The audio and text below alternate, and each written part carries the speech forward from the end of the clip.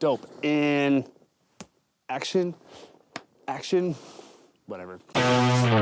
Hold it. Seymour Productions did? Anyone?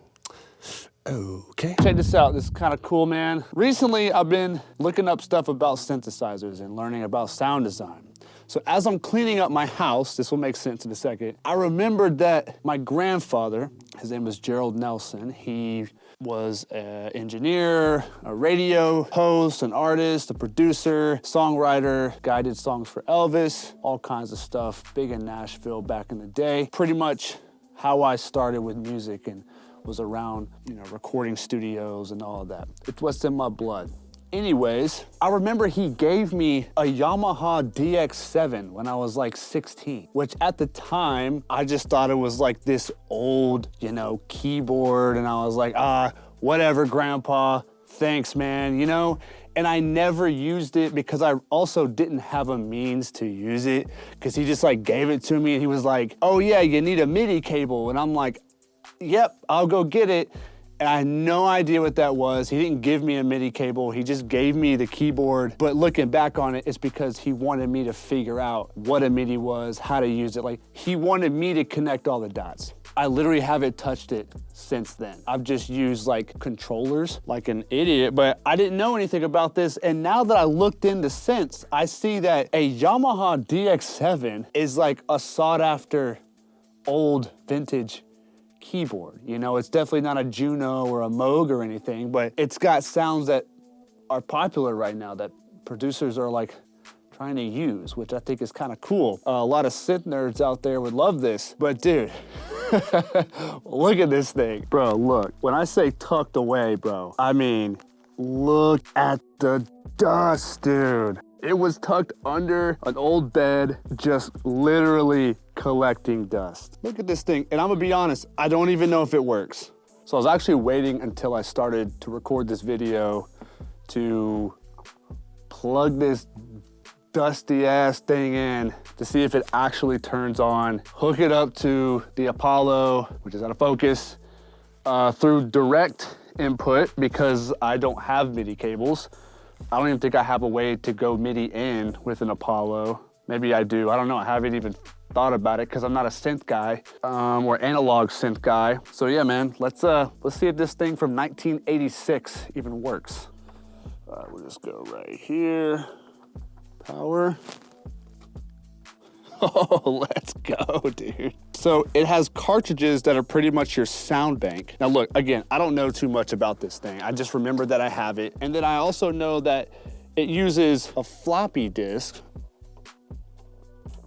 Yes. Oh, no way, dude.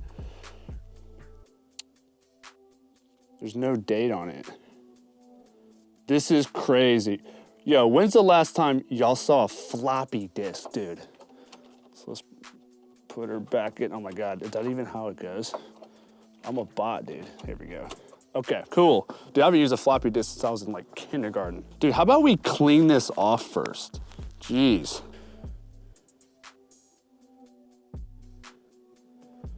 Oh my God. All right, I'm hot. Okay. Let's get some YT. I'm just gonna use water to clean this thing, cause yeah. All right. Dude, look at this fucking. Ooh. I wonder, it's probably all inside of this thing. I probably should have just opened it up. I don't know. At least it powers on, but I don't know if any of the shit works. Like, look at this. Golly. This looks like it's been in an old bookstore. Look at all these keys, dude. Already gotta get a new one. Look at that. Hell yeah. More Wati.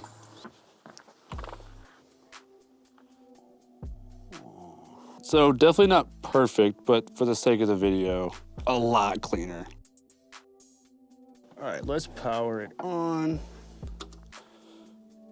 So all these sounds are from this little tiny cartridge. Look at that. Little tiny, like a video game, dude. Like a Nintendo. That's how you know something's old, when you gotta blow in a cartridge. Okay, I'm just gonna go right into the Apollo. I don't even know if this is right. We'll just use a Neve. Oh, tight, we have audio. So like,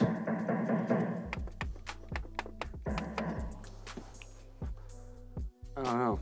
I have no idea what I'm doing. I don't know anything about, I don't know shit about fuck, Marty. How to use Yamaha DX7 2-hour video? Nah, brother. Manual, fuck. All right, okay. Did you know most dish soap? Okay, so I just spent like 45 minutes going through YouTube videos and reading the manual on this thing, and either it's super old or it's just broken. It's probably both. However, if anyone knew my grandfather, you would understand that he probably just gave me a broken keyboard and thought it'd be fucking funny to just see me bang around on it or try to figure out how to fix it, you know? It was probably a test involved somewhere in that, because he didn't just give you things. So I need to open this thing up, see if I can fix some of these buttons, because almost like 75% of the buttons aren't even working, dude. So I can't even program it. Like, kind of navigating through this thing is really confusing. I'm gonna open this thing up, look at the inside, like look at the whole motherboard, and I'm probably gonna find a shitload of dust, disconnected things, and just shit not soldered. Yeah, bro. All right, this is so hard to do with one hand. Let's see what we got under here, dude. All right. It honestly doesn't look that bad. It actually looks pretty clean and put together. I know one of the keys, we got like some cobwebs right here, but everything is pretty much intact and looks really good. So after like tons of research and messing around with this thing, I figured out a little bit about how to navigate around it. I got sounds to come out, but dude, I had to completely factory reset everything. I thought it was the battery, but there was no display of a bad battery. But I had to reset everything and reload this cartridge. But the problem is, in order for me to change these sounds, I have to literally bang on these buttons, dude. Look, there we go. Right? I can't just, okay, that one worked. But here we go. Like if I want 5, there we go. I have to absolutely hammer this thing. But like the sounds are really cool. If I could just freaking, what am I doing, dude? It was like stuck in this mode, dude, and it's just like, it just made me want to do this to my own fucking head. Oh, there we go. Now, granted, this is it running through a 1073. And it's also only in mono because I have one TRS cable going into a direct input on the Apollo. So I'm probably gonna get a MIDI cable so that I could load more presets or just change some parameters on here or potentially control it. Hopefully I'll be able to control it from the computer. I don't know, because I don't know anything about synths, man. This is a new world that I'm just diving into because I'm leaning more towards production now than I am engineering, because that's just how I started. That's what I'm actually good at. I know how to do the thing, but when it comes to actually making beats and tracks and producing with other artists, like that's what I'm really good at, man. So I just want to get into these synths and just go through 64 sounds.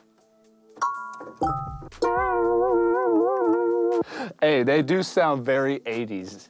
I'm entering the world of synth. I don't know if this is a good introduction because this has been a nightmare to get back online.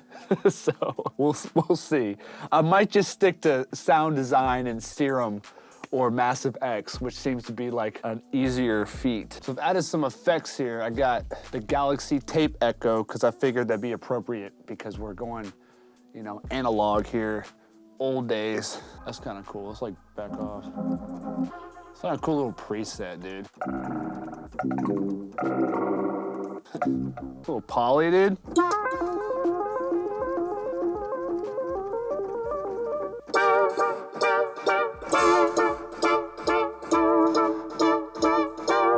Little distortion there. All right, let's find another one. I had one sound that was super cool. Yeah, that one. Just dry, that sounds like really, really weird. It's like a bee stuck in a flute, dude.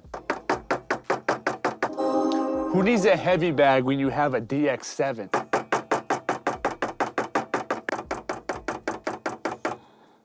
Oh, there it goes.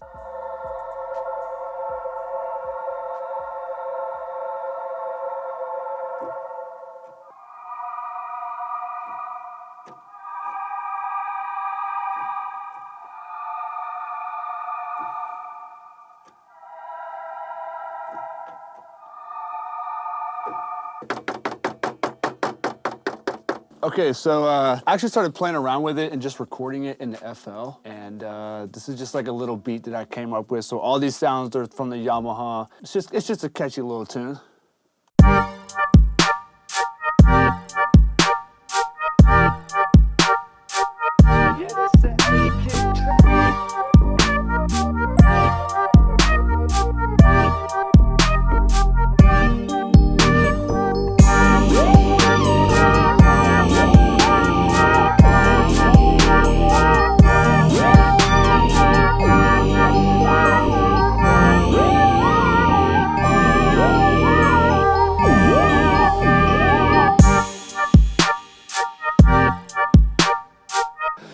Yeah, I mean, it was just fun to play around with, stack sounds, and see how it all works. But I mean, you know, everybody talks about how analog synths have like this analog sound, this like vibe, you know? It's very warm, it's bigger. I guess. I mean, I'm running it through the Neve 1073 plugin and a distressor, so that's definitely giving it a bit of a tone and fullness. I mean, even by itself, it's not that big of a difference, but I don't see much of a difference in this and like Massive or Serum or some kind of contact instrument or even like an emulation. Because it's still like a digital sound. It's just going through hardware, I guess, you know? I mean, it still sounds really cool. It does sound a little more vibey is the best way to put it. I hate adjectives when it comes to describing audio, but it does have this like cool little vibe to it. I don't know, it feels warmer, a little more rounded on the high end of the sounds, even if you know, come to the highest octave that you can go, and I still don't know if I could change the octave levels, but I don't really think I want to, because this range sounds really cool. And it is pretty receptive to plugins, which I know that sounds weird, and some of you are probably like, what the hell are you talking about? But like, some sounds don't do well with plugins, like they don't need it. Running this through a mic pre and a compressor definitely adds a little more tone to it, but I guess I'm just going on a tangent now. But I'll definitely be using it on future productions, but it'll be a very like unique call in order to do so. I mean, plus like all these buttons don't fucking work, you know what I'm saying? So that actually finally worked. But yeah, man, cool.